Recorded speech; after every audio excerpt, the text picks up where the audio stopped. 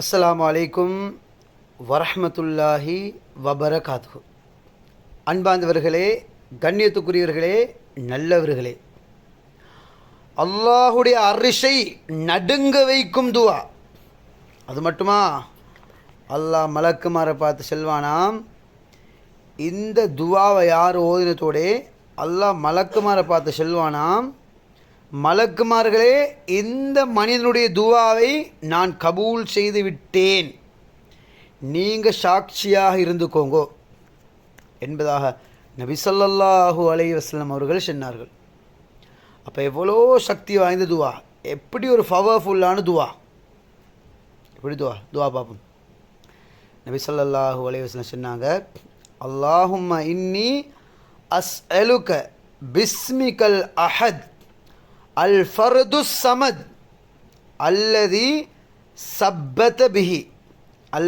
சப்பத பிஹி அர்கான அர்ஷிக் அன் தக்ஷிஃப அன்னி மா அஸ்பஹ்து ஃபீஹி வமா அம்சைத்.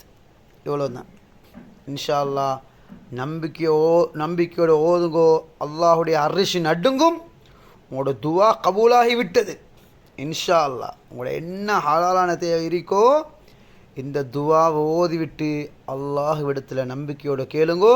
குடும்ப உறவுகளை பிரியாமல் கேளுங்கோ, உடம்புல ஹராங்கள் கலப்படாமல் கேளுங்கோ, நம்பிக்கையோடு கேளுங்கோ.